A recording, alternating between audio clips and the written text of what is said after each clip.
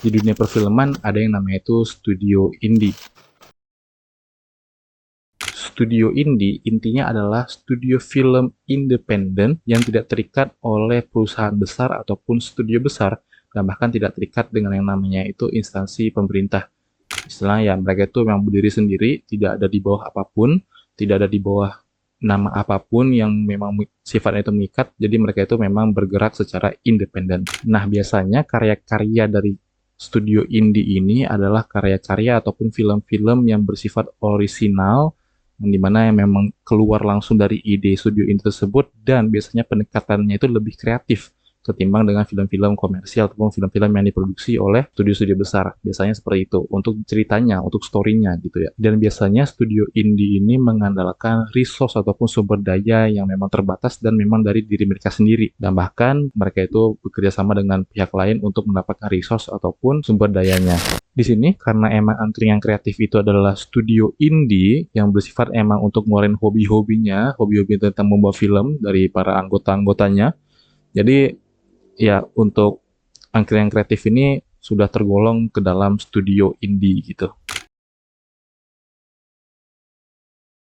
Nah, aku bakal coba jelasin apa sih kelebihan dari studio indie untuk dunia perfilman ya. Ini di luar dari dunia game dan dunia ataupun industri-industri lainnya. Jadi kita bakal berfokus pada industri film saja. Untuk kelebihan pertama dari studio indie ini, biasanya kekreativitasannya ini tanpa batas. Karena ya mereka tuh tidak mendapatkan tekanan dari studio besar ataupun nama perusahaan besar.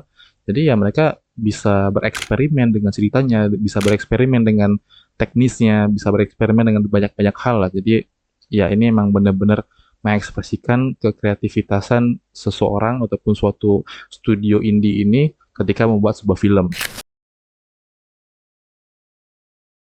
Kemudian studio indie ini terbiasa banget dengan yang namanya itu budget rendah ataupun budget yang terbatas. Bahasanya itu ya budgetnya itu ya sedikit.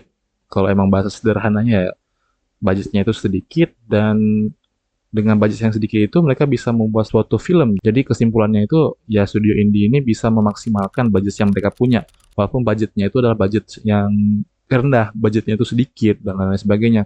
Tapi ya mereka bisa membuat budget yang sedikit itu menjadi sebuah karya atau menjadi sebuah film.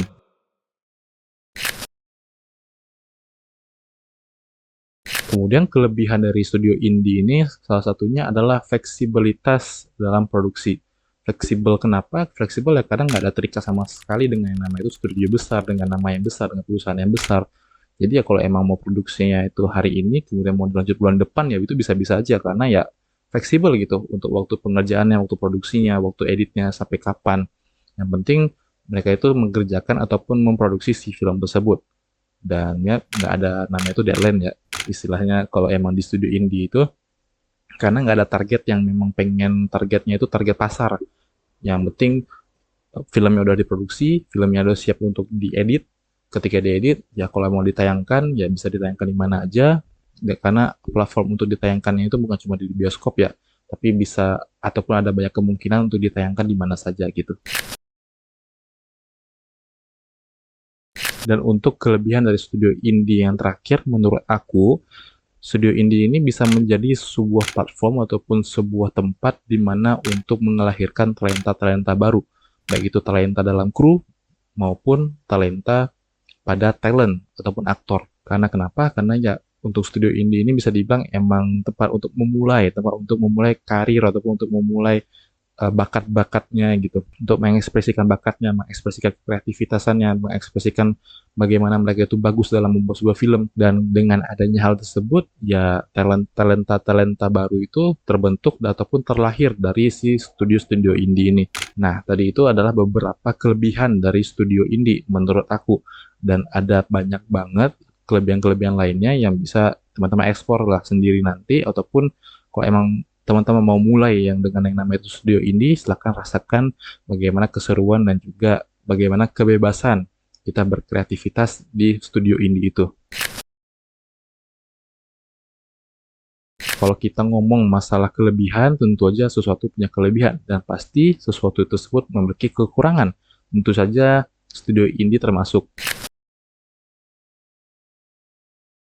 Studio indie ini memiliki beberapa kekurangan yang dimana udah jelas banget. Untuk kekurangan pertama, itu adalah budget yang terbatas. Kadang dengan budget yang terbatas ini kita juga nggak bisa nge-ekspor banyak hal ya. Walaupun dengan budget yang terbatas itu, dengan keterbatasan itu, kita bisa dibilang tuh DIY ataupun alternatifnya lah. Bisa dengan bilang kita bisa memikirkan hal yang alternatif dan juga bisa memikirkan hal yang lebih murah gitu. Kalau emang keterbatasan dari si biaya ataupun dana syuting ini gitu. Tapi seperti aku bilang tadi, salah satu kekurangan dari studio indie ini adalah keterbatasan dana ataupun keterbatasan biaya untuk memproduksi sebuah film. Kemudian selanjutnya, itu adalah sumber daya yang terbatas. Nah, sumber daya yang terbatas ini seperti apa? Contohnya seperti alat dan juga gitu ya sumber daya manusianya ya, seperti kru, talent dan lain sebagainya. Itu tuh terbatas banget. Dan seperti aku bilang tadi, keterbatasan inilah yang juga bisa membuat kita mengekspor lebih jauh hal-hal alternatif lainnya seperti misalnya ya kayak pinjamnya teman, berkolaborasi dengan pihak lain untuk bisa mendapatkan resource-nya dan lain sebagainya. Dan inilah yang membuat si studio indie ini menarik ya, yang dimana walaupun ada kekurangan, tapi mereka juga tetap berupaya untuk bisa membuat si film tersebut. Seperti yang aku bilang tadi, dari dua kekurangan tadi yang emang udah jelas ya, yaitu adalah kekurangan dari dananya dan juga kekurangan dari sumber dayanya, begitu sumber daya manusia dan juga sumber daya peralatannya.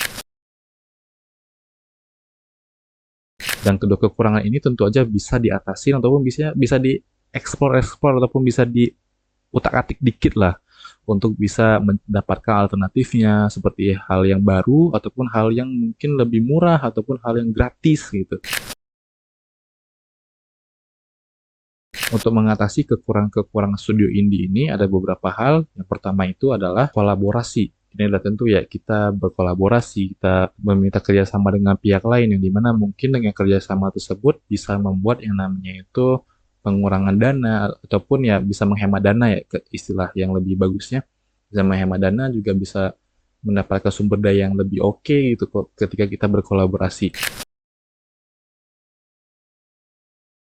Kemudian untuk selanjutnya, salah satu cara untuk mengatasi kekurangan-kekurangan yang ada pada studio indie yaitu adalah efisiensi produksi. Efisiensi produksi ini apa? Ya ketika produksi itu kita emang mengefisiensikan waktu produksi dan juga ya membuat si produksi ini seminimalis mungkin tapi ya menarik gitu. Minimalis tapi menarik, simple tapi menarik ataupun yang simple tapi out of the box gitu. Karena selanjutnya salah satu cara untuk bisa mengatasi kekurangan-kekurangan yang ada pada studio indie adalah untuk mengeksplor kekreativitasan kita. Jadi misalnya, oh hujan nih, kita gimana ya caranya untuk mengatasi hujan ini? Kita butuh shot di luar lagi. Nah, seperti misalnya ada payung gitu ya. Caranya mungkin kameranya dibalut pakai apa atau lain sebagainya. Jadi kita bisa tetap syuting walaupun lagi hujan, nggak takut peralatan basah, kita paksa aja hujan-hujan, wah ini bagus nih hujan, biar natural juga, cuacanya bagus dan sebagainya, ya tetap ekspor terus. Makanya juga seperti aku bilang pada awal tadi, studio indie ini adalah tempat kita bisa mengekspor, kita bisa bereksperimen dengan apa yang ingin kita buat. Inilah tempatnya, studio indie adalah tempatnya.